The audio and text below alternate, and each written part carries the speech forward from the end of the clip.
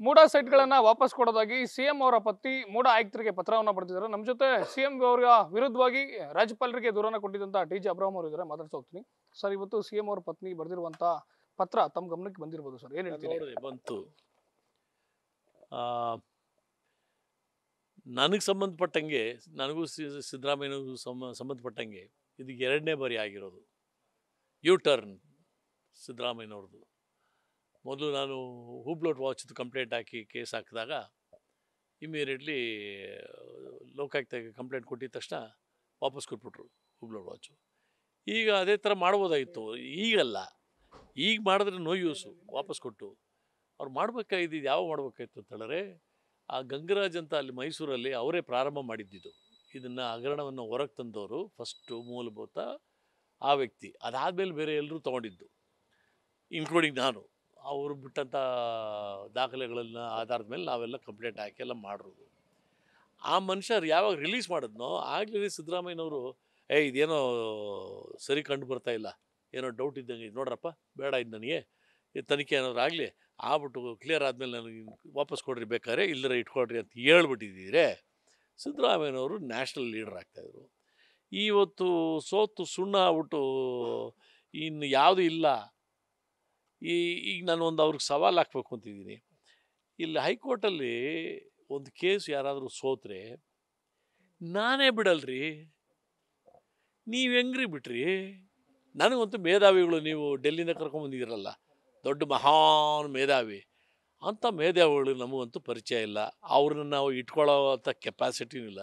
ಒಬ್ಬ senior ಕೌನ್ಸಿಲ್ನ engage ಮಾಡೋ capacity ನಮಗಿಲ್ಲ. ನೀವೆಲ್ಲ ಕರ್ಕೊಂಬಂದ್ರಿ, ಇವೆಲ್ಲ ಮಾಡಿದ್ರಿ, ತೊಡೆ ತಟ್ಟಿದ್ರಿ, ಏನು ಎದೆ ತಟ್ಟಿದ್ರಿ, ಏನೇನು ಎಲ್ಲ ಮಾಡಿ ಈಗ ಏನು ನಡೆಯಲ್ಲ ಅಂತ ಗೊತ್ತಾದ ಮೇಲೆ ವಾಪಸ್ ಕೊಡ್ತೀವಿ ಅಂತ ಹೇಳಿದ್ರೆ ಮುದೋಗ್ತದ? ಸರ್, ನಾವು ಯಾವುದೇ ತಪ್ಪು ಮಾಡಿಲ್ಲ, ಅರ್ಜಿಯನ್ನೇ ಹಾಕೊಂಡಿಲ್ಲ. ಬಿಜೆಪಿ ಸರ್ಕಾರದ ಅವಧಿಯಲ್ಲಿ ಕೊಟ್ಟಿದ್ದಂಥ ಸೈಟು ಅಂತೇಳಿ ಸಿಎಂ ಅವರು ಸುಮಾರು ಸಲ ಹೇಳಿದ್ರು. ಜೊತೆಗೆ ಒಂದು ಟ್ವೀಟ್ ಮಾಡಿದ್ದಾರೆ ಸರ್, ಈಗ ನನ್ನ ಪತ್ನಿ ಬರೆದಿರುವಂಥ ಪತ್ರಕ್ಕೆ ನಾನು ಗೌರವಿಸ್ತೀನಿ ಅಂತೇಳಿ. ಎಲ್ಲ ಒಂದು ಕಡೆ ಇದನ್ನು ಮೊದಲೇ ಮಾಡ್ಬೋದಿತ್ತು ಅಂತ. ಅಲ್ಲ, ಪತ್ನಿ ಬರೆದಿರೋ ಪತ್ರವನ್ನು ಗೌರವಿಸ್ತಾರಂತೆ. ಓಕೆ, ಇವ್ರು ಗೊತ್ತಿಲ್ದಿರ ಮಾಡಿದ್ರಂತ. ಅಲ್ಲಿ 98 ಡಿನೋಟಿಫಿಕೇಷನ್ ಆದಾಗ ಇವ್ರಿಗೆ ಗೊತ್ತಿಲ್ಲ. 2004 ಇವರು ಬಾಮೈದ ಕೊಂಡ್ಕೊಂಡಾಗ ಗೊತ್ತಿಲ್ಲ. 2005 ಇವ್ರು ಬಾಮೈದ ಹೋಗಿ ಇದು ಮಾಡ್ಕೊಂಬಂದಾಗ, ಏನು ಇದು ಕನ್ವರ್ಷನ್ ಮಾಡ್ಕೊಂಬಂದಾಗ ಗೊತ್ತಿರಲಿಲ್ಲ. 2010 ಇವರು ಧರ್ಮಪತ್ನಿಗೆ ಏನದು ದಾನಪತ್ರ ಮಾಡಿಕೊಟ್ಟಾಗ ಗೊತ್ತಿಲ್ಲ. 2014 ಇವರು ಧರ್ಮಪತ್ನಿ ಲೆಟ್ರ್ ಬರೆದು ನನಗೆ ಕೊಡ್ರಿ, ಆಲ್ಟರ್ನೇಟಿವ್ ಸೈಟ್ ಕೊಡ್ರಿ ಅಂತ ಕೇಳಿದಾಗಲೂ ಗೊತ್ತಾಗಿಲ್ಲ.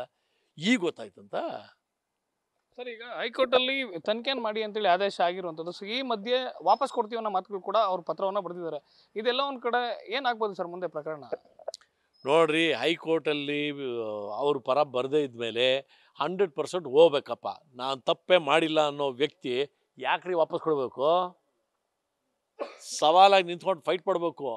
ನೀವು ಸಂಪಾದಿಸೋ ದುಡ್ಡು ನೀವು ಅಲ್ಲಿ ತರ್ತಿರಲ್ಲ ಸಂಬಳ ಕೊಟ್ಟಾಗ ನಿಮ್ಮ ಇದರಿಂದ, ಅದನ್ನ ಯಾವ ಕಿತ್ಕೊಬಿಟ್ಟು ನಿಂದಲ್ಲ ನಂದು ಅಂತ ಹೇಳೋದು ಬಿಟ್ಬಿಡ್ತೀರಾ? ಬಿಡ್ತೀರೇನ್ರಿ? 30-40 ಸೈಟ್ ಯಾವನವ್ರು ಕಷ್ಟಪಟ್ಟು ದುಡ್ಕೊಂಡು ಸಂಪಾದನೆ ಮಾಡಿ ಇಟ್ಟಿರ್ತಾನಲ್ಲ, ಅಲ್ಲಿ ಯಾರೋ ಒತ್ತುವರಿ ಮಾಡೋಕ್ಕೆ ಒಂದು ಅಡಿ ಒತ್ತುವರಿ ಮಾಡೋಕ್ಕೆ ಬಂದರೆ ಬಿಟ್ಬಿಡ್ತಾರಾ? ಎಲ್ಲವರೆಗೂ ಹೋಗ್ತಾರೆ ರೀ ಫೈಟ್ ಮಾಡೋಕ್ಕೆ, ಸಾಯೋವರೆಗೂ ಫೈಟ್ ಮಾಡ್ತಾರೆ ಆ 1 ಅಡಿ ಒತ್ತುವರಿ ಆಗಿರೋದನ್ನು. 14 ಸೈಟು ನಂದು 62 ಕೋಟಿ ಅಂತ ಹೇಳ್ದಂಥ ವ್ಯಕ್ತಿ 62 ಕೋಟಿ ಸುಮ್ಮನೆ ಬಿಟ್ಕೊಡ್ತಾರಾ? ಇದು ಯಾವ್ದು? ಇದು ಯಾವನ್ರಿ ನಮ್ಮ ತಂದಿದ್ದ?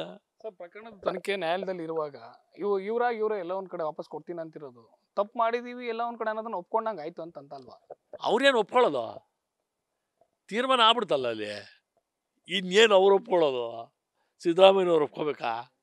ಆಲ್ರೆಡಿ ನ್ಯಾಯಾಲಯದಲ್ಲಿ ಆದೇಶ ಬಂದ್ಬಿಡ್ತಲ್ಲ, ಇನ್ನು ಅದಕ್ಕಿಲ್ಲ ಬೇಕಾ? ಅದನ್ನ ಎತ್ಕೊಂಡೋಗಿ ಸುಪ್ರೀಂ ಕೋರ್ಟ್ಗೆ ಹೋದ್ರೆ ಗೆಲ್ಲಲ್ಲ ಅಂತ ಗೊತ್ತಾಗ್ಬಿಡ್ತು. ಇದು ಸೀಲ್ ಮಾಡಿಬಿಟ್ಟವ್ರಪ್ಪ ಅಂತ ಕಾಂಕ್ರೀಟ್ ಹಾಕಿ ಮುಚ್ಚಿಬಿಡವ್ರೆ. ಇನ್ನು ಅದಾದಮೇಲೆ ಇವರು ನಾನು ವಾಪಸ್ ಕೊಡ್ತಾಯಿದ್ದೀನಿ ಅಂತ. No use. ನಮ್ಮ ಯುದ್ಧ ಆ್ಯಕ್ಚುಲಿ ನನಗೆ ಈ ಕೇಳ್ತದೆ ನಿಮ್ಮವ್ರಿಗೆ, ಎಷ್ಟೊತ್ತಿಗೆ ಇದು ಬಹಿರಂಗ ಆಯಿತು ಅಂತ. 10:30 ಬಹಿರಂಗ ಆಗಿದೆ ನೋಡಿರಿ. ಲಕ್ಕಿಲಿ ನನಗೆ ಪ್ರೂಫ್ ಇರೋದು, ನಾವು 7:15 ನಾವು ತೀರ್ಮಾನ ಮಾಡಿ ನಾಳೆ ಏನು ನಾವು ಅಮೆಂಡ್ಮೆಂಟ್ ಅಪ್ಲಿಕೇಶನ್ ಹಾಕ್ಬೇಕು ಅಂತಿದ್ದೀವಿ. PCR ಇದೆಯಲ್ಲ ಸಿದ್ದರಾಮಯ್ಯನವ್ರ ಮೇಲೆ, ಅದು ನಾಳೆ ಇದೆ. ಸೊ ಅಲ್ಲಿ ಹಾಕೋದನ್ನು ನಾವು ಆಲ್ರೆಡಿ 7:30 ನಾನು ಲಕ್ಕಿಲಿ ಇಮೇಲಲ್ಲಿ ಮಾಡ್ಕೊಂಡಿದ್ದರಿಂದ ಒಂದು ಪ್ರೂಫ್ ಇದೆ. ಇದು ಬಂದ ಮೇಲೆ ನಾವು ಮಾಡಿದರೆ ಅದು ಬೇರೆ ಪ್ರಶ್ನೆ. ಬಟ್ ಈ ಇಶ್ಯೂ ನಮಗೆ ನಮ್ಮ ಕೇಸಿಗೆ ಏನು ದಾರಿ ತಪ್ಪಿಸಲ್ಲ. ನಮ್ಮ ಕೇಸ್ ಕಂಟಿನ್ಯೂ ಆಗ್ತದೆ. ಸರ್, ಒಂದು ಕಡೆ ಸಿಎಂ ಅವ್ರ ವಿರುದ್ಧ ಪ್ರಾಸಿಕ್ಯೂಷನ್ಗೆ ಅನುಮತಿ ಸಿಕ್ಕಿದೆ ತನಿಖೆಗೆ. ಹೈಕೋರ್ಟ್ ಕೂಡ ಅದನ್ನೇ ಆದೇಶ ಎತ್ತಿಡಿ ಅಂತ ಕೆಲಸ ಮಾಡ್ತು. ಮೈಸೂರು ಲೋಕಾಯುಕ್ತದಲ್ಲಿ FIR ಆಯಿತು. ಇವತ್ತು ಇಡಿಯಲ್ಲಿ ಕೂಡ ಒಂದು ECIR ಆಗಿರುವಂಥದ್ದು ಸರ್. ಇವೆಲ್ಲವನ್ನ ಗಮನಿಸಿದ ನಂತರದಲ್ಲಿ ಈ ನಿರ್ಧಾರಕ್ಕೆ ಬಂದ್ರ ಅಂತೇಳಿ. ಯಾಕಂದ್ರೆ ಮೊದಲಿಂದನೂ ಕೂಡ ನಾವು ಏನೂ ತಪ್ಪೇ ಮಾಡಿಲ್ಲ, ವಾಪಸ್ ಕೊಡೋ ಪ್ರಶ್ನೆ ಬರೋದಿಲ್ಲ, ಫೈಟ್ ಮಾಡ್ತೀನಿ ಅಂತಿದ್ದವರು ದಿಢೀರ್ ಅಂತೇಳಿ ಈ ನಿರ್ಧಾರಕ್ಕೆ ಬರಲಿಕ್ಕೆ ಏನು ಕಾರಣ ಇರ್ಬೋದು ಅಂತ?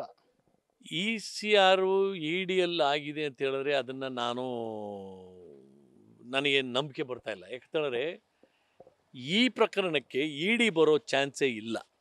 ಈ ಇನ್ವೆಸ್ಟಿಗೇಷನು ಲೋಕಾಯುಕ್ತ ಅದನ್ನು ಈಗಲೇ ಹೋಗ್ಬಿಟ್ಟು ನನಗೆ CBI ಬೇಕು ಅಂತ ಹೇಳಿದ್ರೆ ಅದನ್ನು ಒಪ್ಕೊಳ್ಳಲ್ಲ. ಈ ಲೋಕಾಯುಕ್ತ ತನಿಖೆ ಮಾಡಿ ಆ ತನಿಖೆಯಲ್ಲಿ ಏನಾದರೂ ಲೋಪಗಳು ಕಂಡು ಬಂದು ಆಗ ನಾವು CBI ಬೇಕು ಅಂತ ಹೇಳಿದಾಗ CBI ಎಂಟ್ರ್ ಆಗ್ಬೋದು. ಯಾಕಂದರೆ FIR ಆಲ್ರೆಡಿ ಇದೆ, CBI ಎಂಟ್ರಿಗೆ ಅವಕಾಶ ಆಗಿದೆ. ಇದು ಮನಿ ಲಾಂಡ್ರಿಂಗ್ ಇಲ್ಲ, ಇಲ್ಲಿ ಮನಿ ಲಾಂಡ್ರಿಂಗ್ ಕೇಸ್ ಬರಲ್ಲ. ಮನಿ ಲಾಂಡ್ರಿಂಗ್ ಇದ್ದರೆ ಮಾತ್ರ ED ಬರೋದು. ಇದರಲ್ಲಿ ED ಬಂದರೂ ಚಾನ್ಸೇ ಇಲ್ಲ. ಬಟ್ ಇವ್ರದ್ದು ವಾಪಸ್ ಕೊಟ್ಟರೆ ಇವ್ರದ್ದು ಅಕ್ರಮ ಅಲ್ದಿರ ಆಗಲ್ಲ.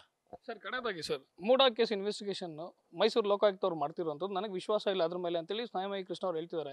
CBI ಕೊಡ್ಬೇಕಂತೇಳಿ ಅವ್ರು ಆಗ್ರಹ ಮಾಡ್ತಿದ್ದಾರೆ. ತಾವೇನು ಹೇಳ್ತೀರಿ ಸರ್? ಇನ್ನೊಬ್ರು ಸ್ಟೇಟ್ಮೆಂಟ್ ಬಗ್ಗೆ ನಾನು ಮಾತಾಡಲ್ಲ.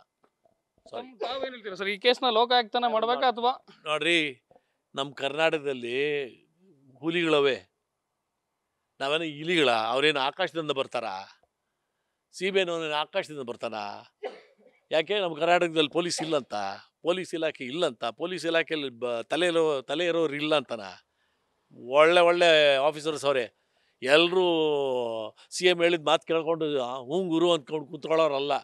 ಹೋಗ ನೋಡ್ಕೋತೀವಿ ಅಂತ ಹೇಳ್ಕೊಂಡು ಹೋಗೋ ಸ್ವಾಭಿಮಾನ ಇರೋ ಅಧಿಕಾರಿಗಳವ್ರೆ. ಇಲ್ಲೇ ಮಾಡ್ತಾರೆ ಬಿಡ್ರಿ. ಇದಿಷ್ಟು TJ ಅಬ್ರಾಮ್ ಅವರು ಮತ್ತು ಕ್ಯಾಮ್ರಾ ಪರ್ಸನ್ ಸೂರಜ್ ಜೊತೆ ಶಿವಕುಮಾರ್, ನ್ಯೂಸ್ ಫಸ್ಟ್ ಬೆಂಗಳೂರು.